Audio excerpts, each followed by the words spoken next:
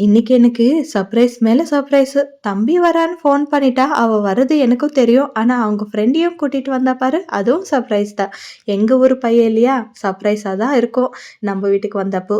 ஆனா, இவனும் ஒரு விதமா தம்பி தான் அவ. 2 பேரும் வர்றதுக்கு மதியம் ஆயிடுச்சு. மதியம் டைம்ல நானு ஃப்ரைட் சிக்கன் பிரியாணி தான் செஞ்சேன். சுட சுட சாப்பிட்ட உடனே, நாங்க எல்லாரும் சேர்ந்து கோலி ஆடுறதுக்கு கிளம்பிட்டோம். நான் கிடையாது, அவங்க ஆடிட்டு இருக்கிறாங்க. நான் ஆடியன்ஸ் மட்டும் தான்.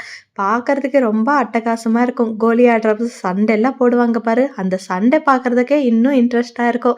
இந்த சின்ன பசங்களோட சேர்ந்து எங்க தம்பிங்களும் சேர்ந்து கோலி ஆடிட்டு இருக்கிறாங்க. சரி இன்னும் இன்ட்ரெஸ்டிங்கா இருக்கும் இல்லையா? அதனால கொஞ்ச நேரம் பார்க்கலாம்னு சொல்லிட்டு நானும் பார்க்கறதுக்கு கிளம்பிட்டேன். நீங்க எப்பயாச்சும் கோலி ஆடியிருக்கிறீங்களா? இல்லன்னா நீங்க கோலி ஆடுறதாச்சும் பார்த்துருக்கிறீங்களா? அப்பன்னா கண்டிப்பா கமெண்ட்ல சொல்லிடுங்க. கொஞ்ச நேரம் கோலி என்டர்டெயின்மென்ட் பாருங்க நீங்களும்.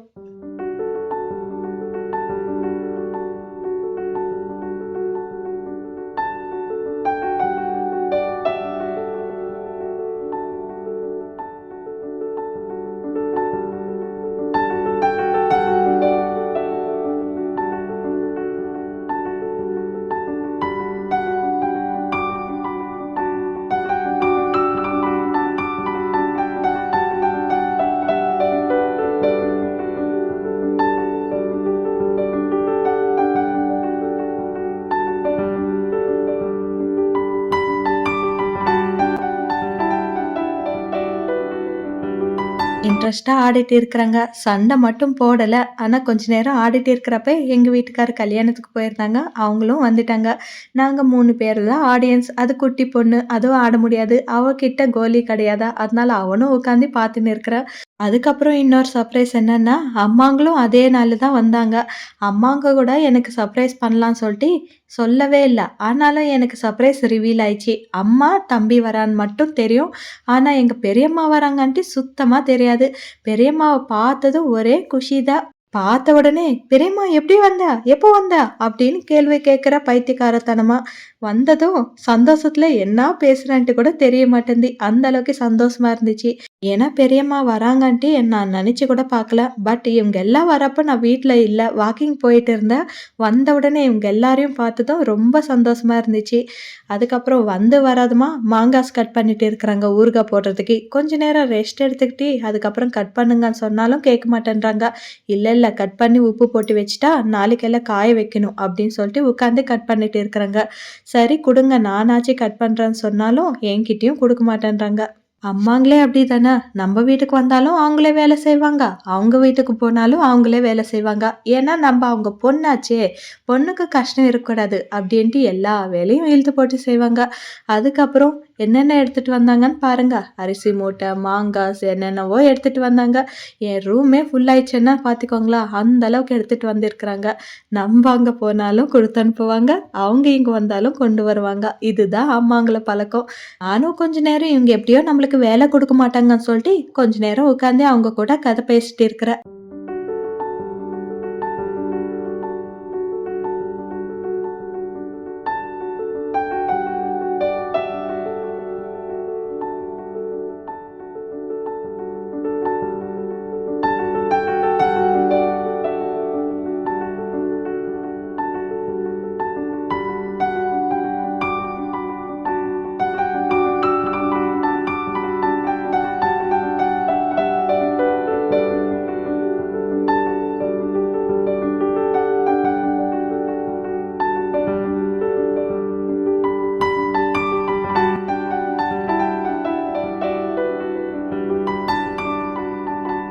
எங்களுக்கு எப்பவுமே ட்ரை மேங்கோ பிக்கிள் தான் ரொம்ப பிடிக்கும். நாங்க போடுறதும் அதுதான் ஜாஸ்தியா இருக்கும். ஆவக்காய் எல்லாம் கொஞ்சம் கம்மி தான் போடுவோம்.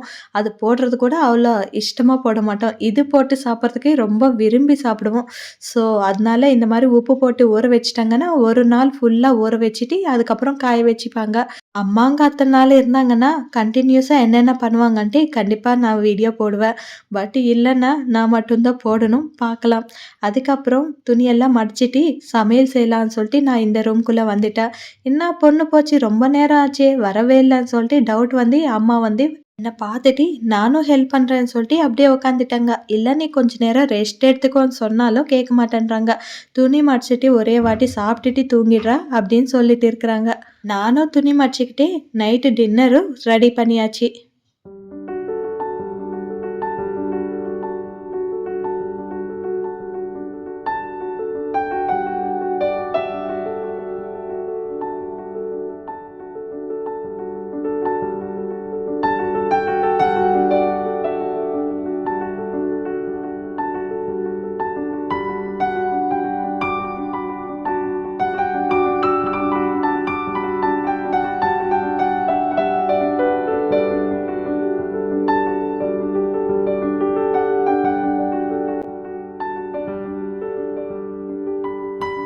முன்னாடி சொன்ன மாரி துணி மடிச்சுக்கிட்டே ஒரு சைடு கிச்சன் ரூம்குள்ள சமையல் செஞ்சாச்சு. மட்டன் வாங்கிட்டு வந்திருந்தாங்க. மட்டன் குழம்பு வச்சுட்டு, இன்னொரு சைடு தோசை ஊத்தின்னு இருக்கிறேன். மதியம் செஞ்ச சாப்பாடே இருக்கு. மறுபடியும் சாப்பாடு செஞ்சா கொஞ்சம் சாப்பிடுறது கொஞ்சம் கஷ்டம் தானே! அதனால இந்த மாரி தோசை ஊத்திட்டு இருக்கிறேன். இது வந்து கொள்ளு தோசை. ரொம்ப கிரிஸ்பியா, ரொம்ப டேஸ்டியா இருக்கு. கண்டிப்பா உங்களுக்கும் வேணும்னா கமெண்ட் பண்ணிடுங்க. நானும் நெக்ஸ்ட் வீடியோல உங்களுக்கு காமிச்சிடுறேன். தோசையும் ஊத்தியாச்சு. அதுக்கப்புறம் அம்மாவும், பெரியம்மாவும் தூங்கியாச்சு. அதுக்கப்புறம் பசங்கலாம் உட்காந்து சாப்பிட்டுட்டு இருக்கிறாங்க. எல்லாரும் சாப்பிட்டு முடிஞ்சதும் நம்ம வேலை ஸ்டார்ட் பண்ணணும் இல்லையா? எல்லாம் கிளீன் பண்ணிட்டு தூங்குனா தான் காலங்காத்தால ஏஞ்ச உடனே நம்மளுக்கு வேலை மடமடன்னு ஆகும்.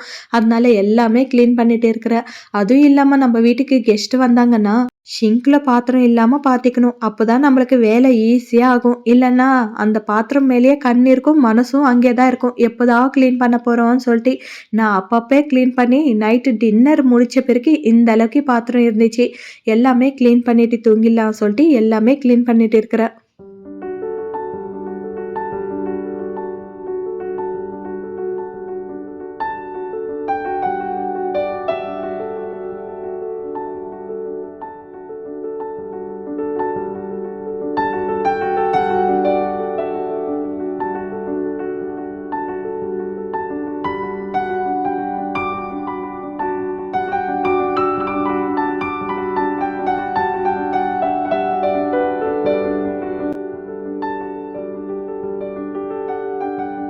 காலையில ஏஞ்ச உடனே நிம்மதியா இந்த கிச்சன் ரூம் பார்க்குறப்போ அம்புட்டு சந்தோஷம். அதனால தான் இந்த மாரி கிளீன் பண்ணிட்டேன்.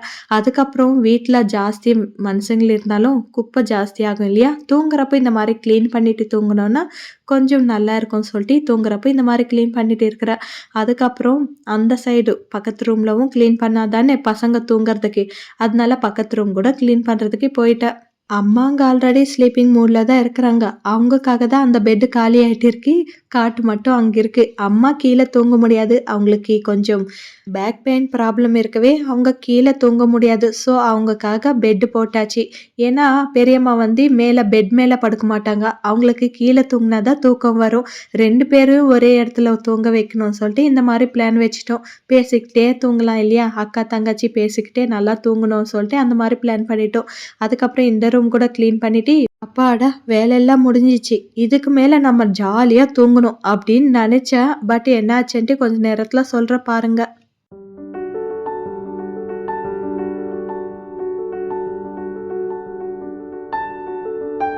கொஞ்ச நேரத்துல சொல்றேன்னு சொல்லிட்டு, இவ்ளோ சீக்கிரமா சொல்றேன்னு நெனைக்காதீங்க. எனக்கு கொஞ்சம் கேப் விடலான்னு சொல்லிட்டு கேப் விட்டேன் அவ்வளோதான். எல்லாம் கிளீன் பண்ணிட்டு இனிமே தூங்கிடணும் அப்படின்னு நெனைச்சதுக்கப்புறம் லெமன் ஜூஸ் வேணும்னு கேட்டாங்க. தம்பிங்களும் கேட்டாங்க, என் பசங்களும் கேட்டாங்க. அதனால லெமன் ஜூஸ் ரெடி பண்ணிட்டு இருக்கிறேன். என்ன பண்றாங்க அக்கான்னு சொல்லிட்டு ஓடி வந்துட்டா எங்க சின்ன தம்பி. அவ வந்தா எனக்கு கொஞ்சம் வேலையெல்லாம் கொஞ்சம் ஈஸியா இருக்கும். ஏன்னா கூடவே ஒத்தாசையா இருப்பா. நான் பண்ற விடுன்னு சொல்லிட்டு அவனே மிக்ஸ் பண்ணிட்டு மாடி மேலே எடுத்துட்டு போயிட்டோம். இங்க வந்து பார்த்தா, எல்லாரும் பேயாட்டம் உட்காந்து கேம்ஸ் ஆடிட்டு இருக்கிறாங்க. "இன்னும் தூங்கலையான்னு?" அப்படின்னு கேட்டா, தூக்கம் வராதா? ஒரு கேம் ஆடுன பிறகு தூக்கம் வருமாம். எல்லாரையும் மூஞ்சி மேல குத்தணும்னு தோணும்.